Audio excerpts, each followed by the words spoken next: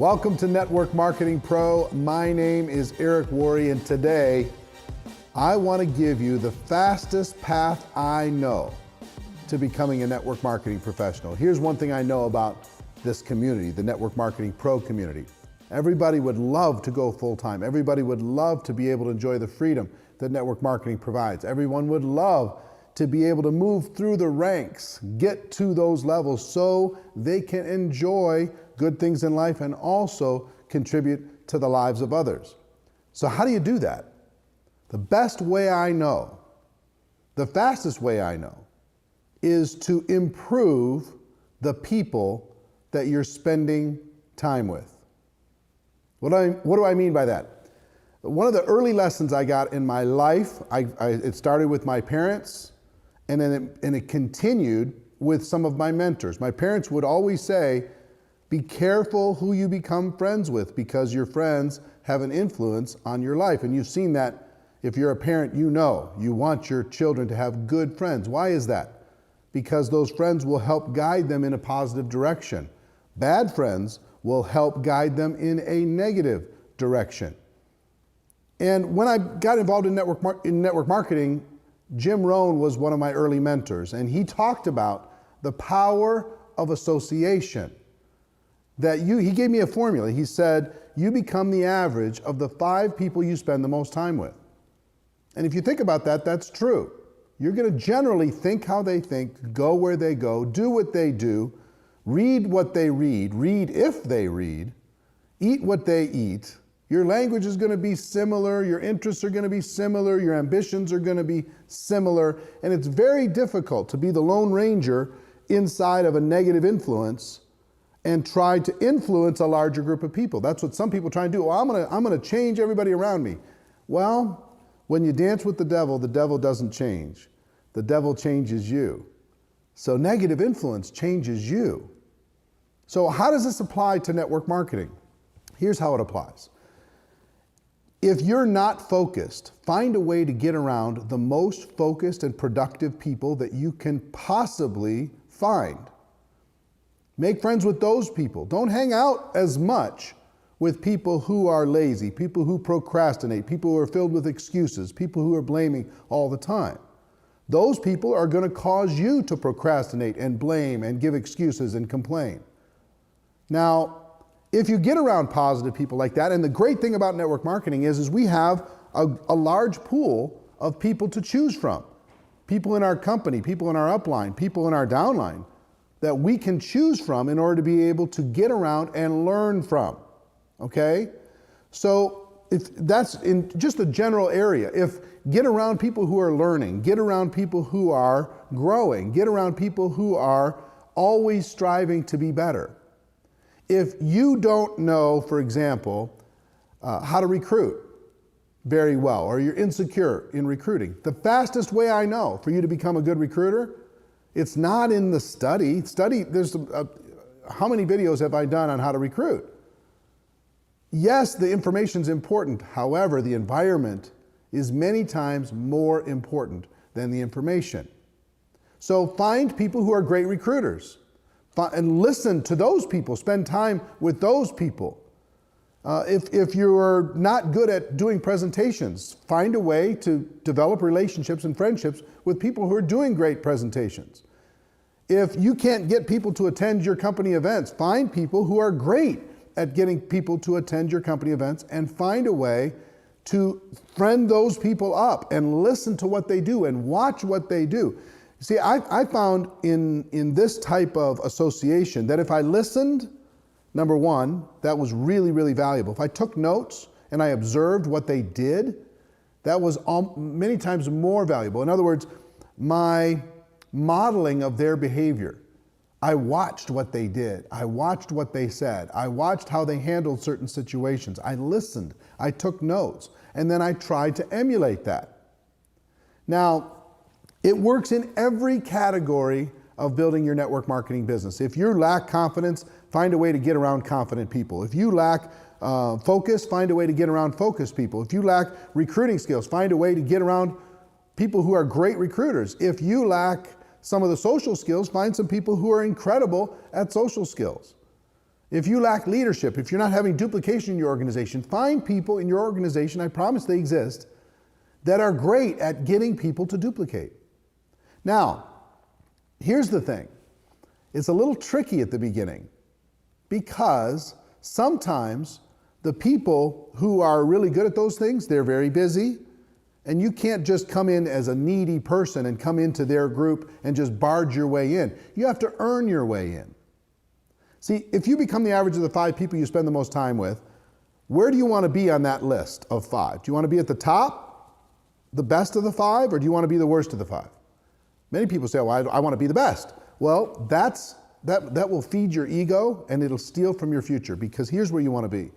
You want to be at the lowest level of the 5, because those people that are more successful, and however you want to define it, than you are, will pull you up. And if you're at the top of the 5, those people below you will pull you down. So successful people understand that if you come in at the bottom rung of their circle of influence, it's likely that you may distract them. You may pull them down a bit. So you have to earn it. So how did I earn it? At the very beginning, I had 18 jobs. By the time I was 22 years old, I was a struggling person in network marketing. I've been where you've been. I understand the challenges of network marketing. So what do you do?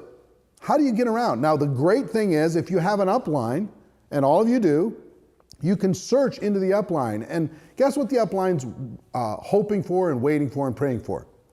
Somebody in their group that's hungry, that reaches out to them. Somebody who's hungry and is willing to work to get into the group. So here's what I did when I started. I found a mentor in Minneapolis. He was incredible. His name was Michael Nelson. And I found a way to spend more time with him. And here's how I did it. At the local meetings, that he was running the local meetings, I'd be the first person to show up and I'd help him set up the room. I'd be the last person to leave. I'd help him break the room down. I'd pick up his briefcase or whatever, his computer bag, and I would carry it to his car for him, literally. I would be a servant to someone who was more successful than me so I could earn some time. And because of that, there was a time you'd be able to have a Coke or something after the event, and I could sit there, I could ask some questions. And he could see that I was hungry, he could see that I was ambitious, and this person was not even in my upline. So, but he saw something in me that I was willing to learn and I was willing to give. I was willing to be a servant. And because of that, not just a servant that would just sit there and say, I'm not worthy, but a servant that was willing to serve the community in order to gain access and learn and grow. Now, at the very beginning, again, well, first thing was my local market. Second thing is I went upline. And my immediate upline wasn't much help. And many times in network marketing isn't much help, but I kept going. I found a person that was something like 18 levels above me that was the most successful person in the company. And I didn't demand his time because there was no way. He didn't even earn anything, really. I was so deep in the organization, I don't believe he ever earned a penny in commissions from the activity that I produced. But again, I was hungry and I was willing to invest. I was willing to make it easy on him. I didn't call him at home and say, tell me everything that you know because you're my upline. You owe me something. I didn't do that. What I did was I found ways to be around him. He was doing a training in Detroit. I'll never forget. I called him and I said, where are you doing some meetings? He was getting a group started in Detroit, Michigan. I lived in Minnesota at the time. I got in the car and I drove. I said, can I just come shadow you and just sit in your meetings and hang out? I drove 12 hours to Detroit, Michigan. I had no money. And I went to the hotel he was staying at. I didn't have the money to book a room at the hotel. So I slept in my car every day. He didn't know, and I didn't tell him. I would come in the morning early, and I would get freshened up in the lobby bathroom. And I would sit with the little free cup of coffee in the lounge, and I would wait for him to come down after he had his nice night's sleep. He'd come down and we'd chat for a little bit and off we would go to presentation after presentation. And again, I didn't bother. I observed, I watched, I listened, I carried his bags.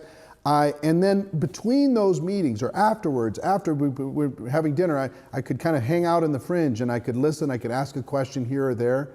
And I gained some insights during that trip that were incredible. And I started doing that on a regular basis. I started seeking out knowledge from people who are more successful, influential, powerful, skillful than I was. So one was in my local market, I served and I gained access. Second was in my upline. I served and I gained access. I went to the home office.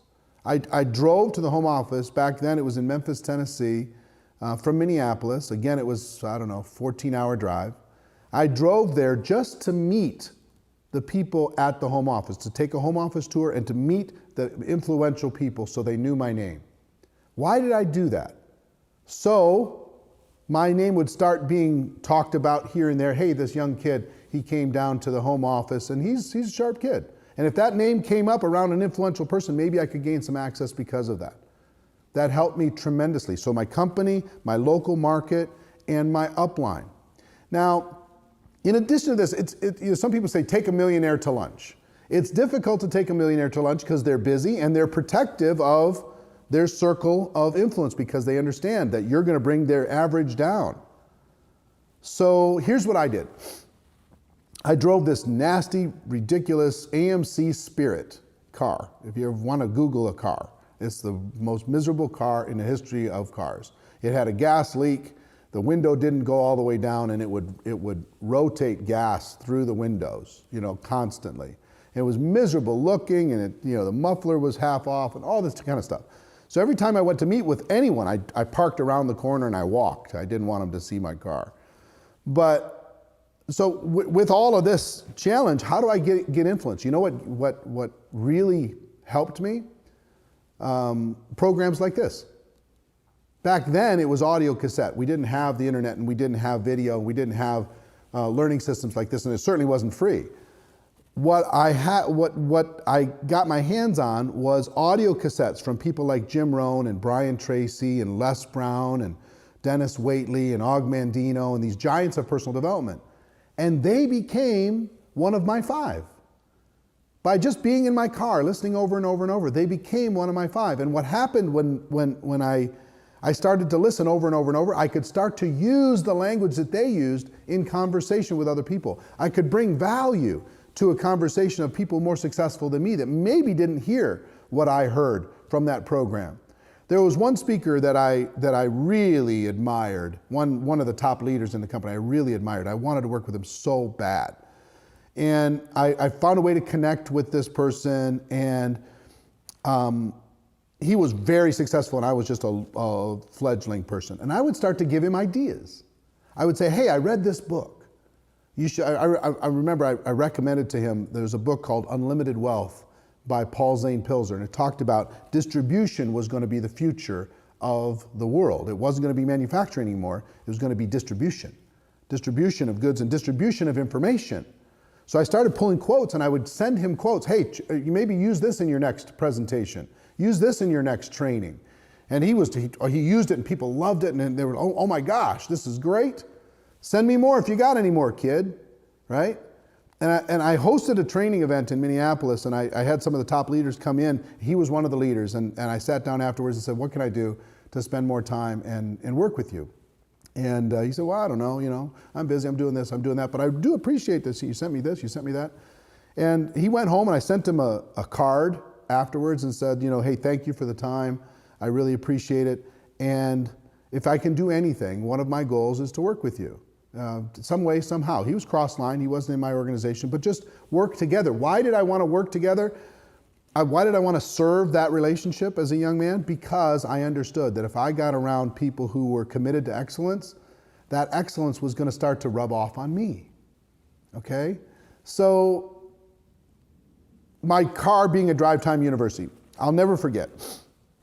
I put Jim Rohn in my car and I wore it out. Les Brown, Brian Tracy, Dennis Waitley, Og Mandino, greatest salesman in the world, all these different people, Earl Nightingale, Napoleon Hill, everything. I was reading books, I was studying, I was learning, I was growing, and I was listening all the time. And I would imagine that Jim Rohn And Brian Tracy and Og Mandino were sitting in the back seat of my car, and they were just having a conversation. I got to listen in. And that was incredible value for me. So I'll never forget, 6 years after I started doing that, I'm about 30 years old, and I'm in my car, which is a nice car now, a decent car, in Dallas, Texas. And in the back seat of my car were Jim Rohn, Brian Tracy, and Og Mandino, for real. And they're sitting in the back seat of my car having a conversation. I'm just driving them to their hotel. But they're having a conversation. I'm going, oh my gosh, I attracted this. I set this thing in motion, and guess what? Now I get to hang around with legends. I get to learn from incredibly wise, unbelievable people. So today, I'm still engaged in this. Why do you think I seek out and interview people like Brian Tracy, of course, but like Tony Robbins?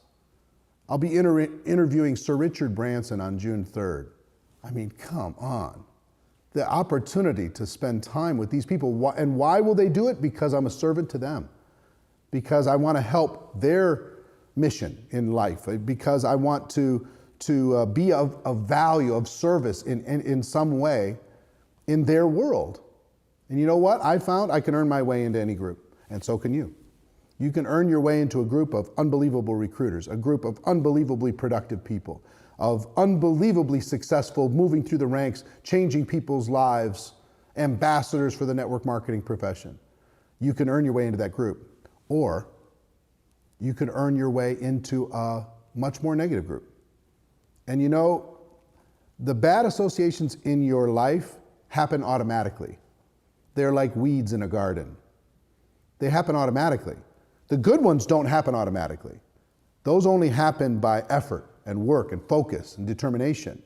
The weeds happen automatically. That negative person that's always whispering in your ear, and you know who I'm talking about, the ones that saying, well, that's always blaming, that's always trying to give you justification for not working, that's always trying to distract you, that's always trying to just chip away at your self-confidence. You know that person. That person needs to be on the very furthest fringe of your life, unless you want to sacrifice your life to keep them happy. See, here's the thing. If you continue to grow, you'll earn your way into different crowds. Some people will grow with you and some people won't. The fact that you grow and they don't doesn't mean you left them behind. It means that they stayed. And you decided that your contribution to the world was more important than making somebody else feel happy and appeasing somebody's negative influence. You cannot afford to be around people who are constantly distracting you from your purpose. You cannot do it. You have to focus on surrounding yourself with greatness, surrounding yourself with positivity, surrounding yourself with learners, surrounding yourself with people who are growing, surrounding yourself with people who are constantly reminding you, hey, you've got greatness inside of you. What are you doing? What are you doing? People who will grab you by the shirt and say, stop. Stop playing small. Why are you playing so small?